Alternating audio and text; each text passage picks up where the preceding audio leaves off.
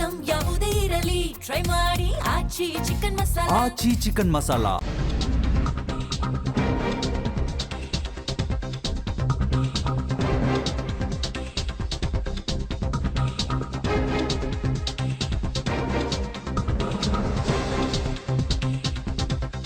ನೋಡಿ, ಇವಾಗ ನಿನ್ನೆ ನಡೀತಲ್ಲ ಪರಕೆ ಸೇವೆ, ಇದಕ್ಕೆಲ್ಲ ಕಾರಣ ಕೇಂದ್ರ ಸಚಿವ ಕುಮಾರಸ್ವಾಮಿ ಅಂತ ಕುಣಿಗಲ್ ಶಾಸಕ ರಂಗನಾಥ್ ಅವರ ಆರೋಪ.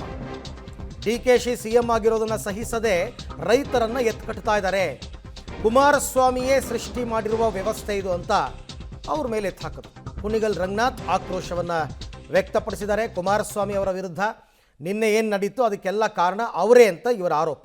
ಇವತ್ತು ಮೊದಲನೇದಾಗಿ ಈ ಒಂದು ಸನ್ನಿವೇಶ ಸೃಷ್ಟಿ ಮಾಡಿರೋಂಥದ್ದು ನಿಮಗೆಲ್ಲ ಗೊತ್ತಿದ್ದಂತೆ JDS ಪಕ್ಷದ ನಾಯಕರಾದಂಥ ಕುಮಾರಸ್ವಾಮಿ ಅವರು ಅವರೇ ಮಾಡಿದಂಥ ಪಾಪದ ಕೂಸನ್ನು ವಿರೋಧ ಪಕ್ಷದ ಹೊಣೆನ ಹೊತ್ತು ಅವರ ವಿರೋಧದ ನಿರ್ವಹಣಾ ವ್ಯವಸ್ಥೆಯನ್ನು ಮಾಡೋದು ಬಿಟ್ಟು ಇವತ್ತು ರಾಜಕೀಯದ ಉದ್ದೇಶದಲ್ಲಿ DK ಶಿವಕುಮಾರ್ ಸಾಹೇಬರು ಮುಖ್ಯಮಂತ್ರಿ ಆಗಿದ್ದಾರೆ ಅನ್ನೋದನ್ನು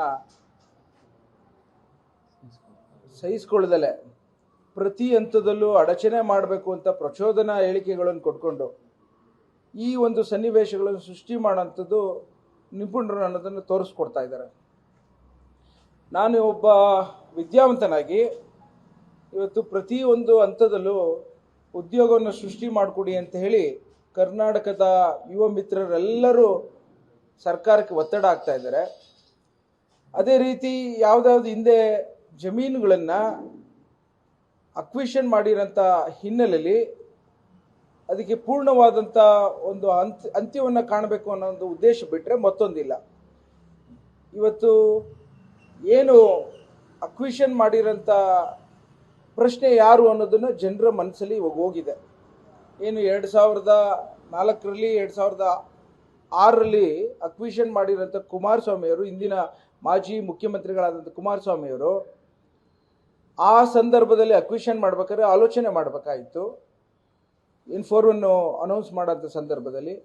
ಹಾಗೆಯೇ ತದನಂತರ ಅವರು ಅಕ್ವಿಷನ್ ಮಾಡೋಂಥದ್ದು ಪರಿಪೂರ್ಣದಲ್ಲಿ ಅವತ್ತಿನ ದಿನ ಕೆಲಸ ಮಾಡದಲೆ ರೈತರಿಗೆ ಅತಂತ್ರ ಸ್ಥಿತಿಲಿ ತಂದು ಮತ್ತೊಂದು ಹೊಡೆತವನ್ನು ರೆಡ್ ಝೋನ್ ಮಾಡಿ ರೈತರಿಗೆ ಈ ಕಡೆ ಕೃಷಿನ ಬೆಳೀಲಿಕ್ಕಾಗಲ್ಲ ಕಾನೂನು ವ್ಯವಸ್ಥೆಯಲ್ಲಿ, ಇಲ್ಲ ಅವ್ರು ಈಚೆ ಬರಲಿಕ್ಕೂ ಆಗದಾರಂಥ ಪರಿಸ್ಥಿತಿನ ನಿರ್ಮಾಣ ಮಾಡಿ ಸುಮಾರು 20 ವರ್ಷ ಕಷ್ಟವನ್ನು ಅನುಭವಿಸ್ತಾ ಇರೋಂಥದ್ದು ಇಡೀ ಒಂದು ಕರ್ನಾಟಕದ ರೈತ ಕುಟುಂಬದವ್ರು ನೋಡ್ತಾ ಇದ್ದೀರಿ.